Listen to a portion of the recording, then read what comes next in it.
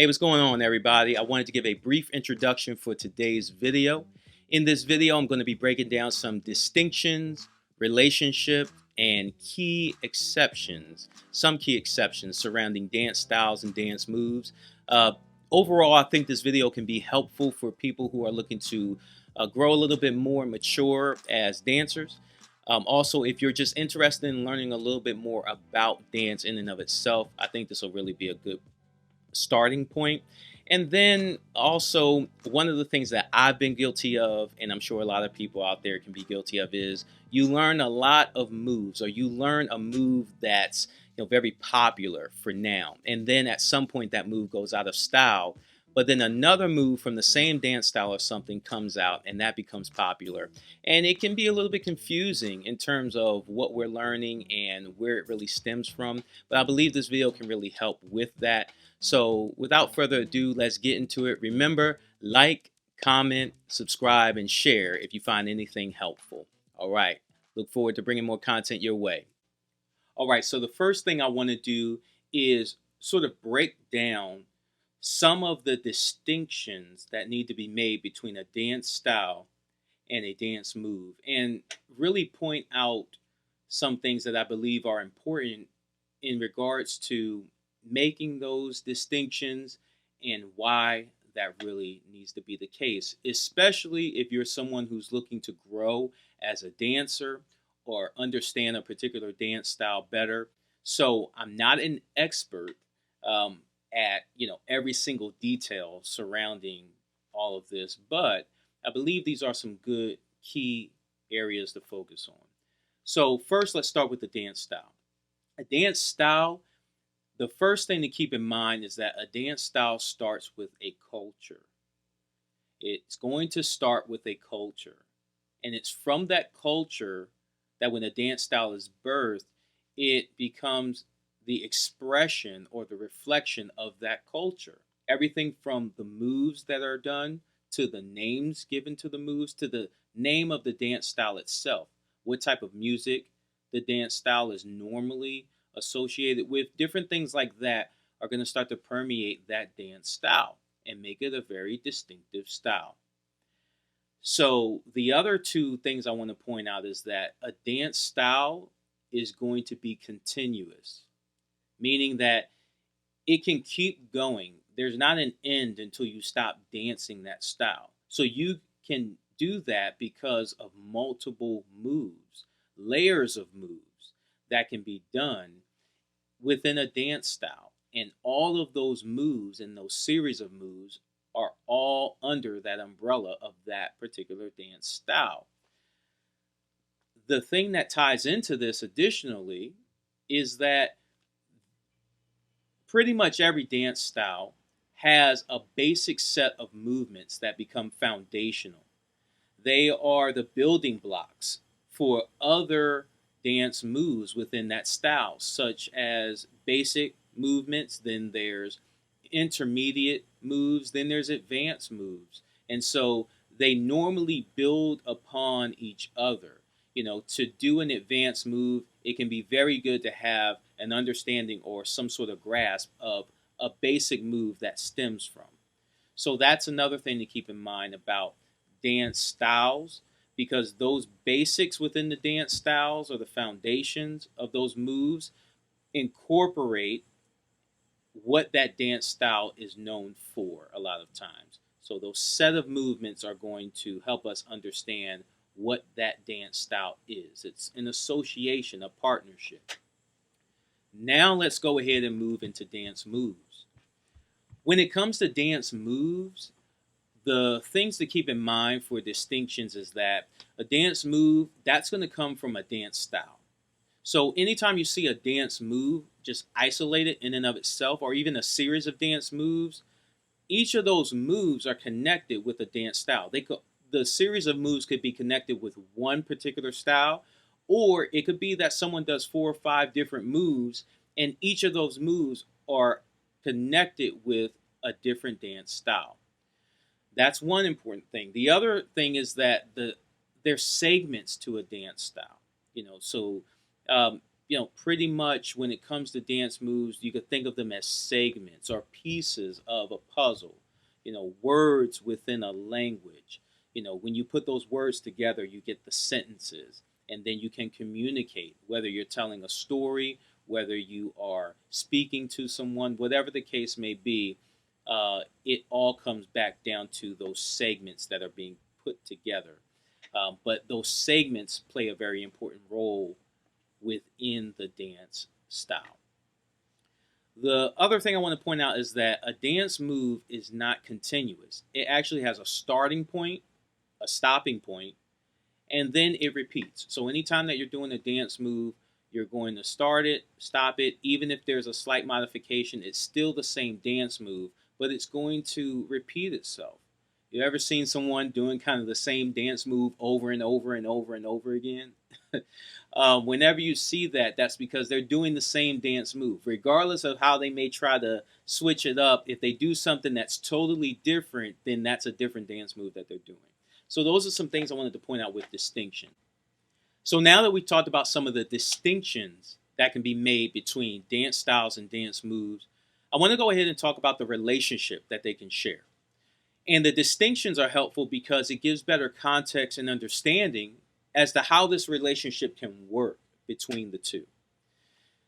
So when it really comes down to it, a dance move, even though it's associated with one particular dance style, doesn't mean that that dance move is always going to be only connected to that one particular dance style. And an example of that ties into this relationship that a dance move and dance style shares. Actually, a good example would be a dance move called in hip hop called Kid and Play. All right, the Kid and Play. For those of you who are watching and you know about Kid and Play, you know what I'm talking about a little bit when I talk about this. So back in the day, back like in the mid late 80s into the 90s, early 90s, mid 90s, there was a music genre called New Jack Swing, and that was pioneered by a gentleman by the name of Teddy Riley. And that genre of music was a combination mainly of hip hop and R&B. R&B stands for rhythm and blues for those who are not familiar with that term. But that combination of those two particular styles of music produced the sound that came from the New Jack Swing music that would be heard during that time. So that could fall under rap or singing, but a lot of times when these particular songs were made, there were also dance moves that were coming out. People were making up as they heard the songs, and so one of the groups that made music during that time, it was a rap duo, and that was specifically Kid and Play. And they had a movie series called House Party. And in House Party, there's a scene where Kid and Play, they are actually battling, doing a dance battle against these two other girls. And when they're doing the dance battle, they do this series, they do this series of moves, and it got coined Kid and Play because of them, the Kid and Play. But what they did with the dance move was they did a move called the Charleston. Okay, the Charleston, for anyone who has studied swing and specifically Lindy Hop, the Charleston is a swing dance move. And they did the Charleston, and then the hip hop element came in when they started actually kicking their feet and touching their feet, touching their toes, and they did a couple of spins and things like that. So that was the Kid and Play. But one of the moves they used in that move of the Kid and Play was the Charleston. The Charleston is a move that's not exclusive just to swing dance. It's a move that was also being used in the New Jack Swing era. Okay? And when that move was being used, a lot of people probably may not have recognized that it was the Charleston that was being done, but it was. And so that's an example of that relationship of how a dance move and two different dance styles actually can share a move.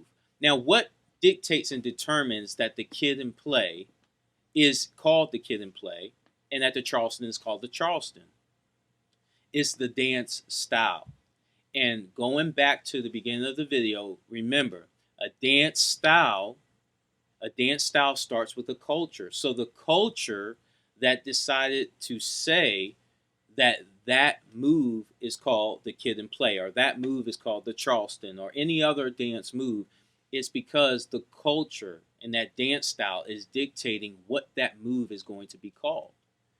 Okay, so that's one example. The other example about how this relationship can work is that you have the same name for a dance move, but the dance move itself is actually different. It's two different dance moves the way they look, but the name of the dance move is exactly the same. An example of this would be when it comes to uh, house. So there are different subsets to the house dance style, but when it comes to house, dancing house, there's a move that is done that is called the heel toe. And when the heel toe is done in house, if you're someone that's only familiar with the hip hop version of the heel toe, then you're going to wonder what someone is doing, or you're going to wonder why they call it the heel toe. A lot of times it's going to be pretty obvious why it can be called the heel toe in house, is because you do use your heel and your toe to do the move. But the same exact name, heel toe, is used in hip hop and in house for two different movements. The movements appear different, but the name is the same. And so that's an example of how that relationship between dance style and dance move can also play itself out. All right, so finally, I want to talk about some exceptions to keep in mind. These are just a few exceptions. It's not an exhaustive list, it's just a few exceptions that can really be helpful when we're thinking about the distinctions made, the relationship between dance moves and dance styles, and how these exceptions play a role in that. So there are a total of four exceptions I want to point out. The first exception is that not every move is exclusive to one style. So we talked a little bit about that earlier in the video. Remember, not one dance move is exclusive to one dance style. There can be a sharing because of that relationship. Okay? Second, moves evolve over time. So an example of this would be the running man. The running man actually is, it's the running man when it was the running man back in the early 90s when MC Hammer was doing the running man. And then it's still called the running man, and it's actually an evolution of the running man. Um, for the most part, when we're looking at the running man on the song, or with the song Juju on that beat. Juju on that beat, there is a move, they say running man on that beat, running man on that beat. And that falls under hip hop as well. So the running man actually falls under the same style, and there's two different versions of the running man. That's an example of how a dance move can evolve over time. The third exception would be that the evolution of moves and styles, it does happen over time, sometimes because there are times where a fusion of multiple dance styles actually becomes a dance style in and of itself. So the newly fused style, so if you take multiple styles, an example of this is actually house. Within house, there are actually multiple dance styles, and some moves that are actually incorporated into the dance style of house. So there may be some salsa dance moves, and there'll be some tap dance moves, some jazz dance moves, and all that are involved and incorporated within the umbrella of house dance. And so with that, that newly fused style actually gets named and coined by the culture that it's embedded in. So the dance style of house started in Chicago. And so when in Chicago, when that dance style came about, eventually it was called house.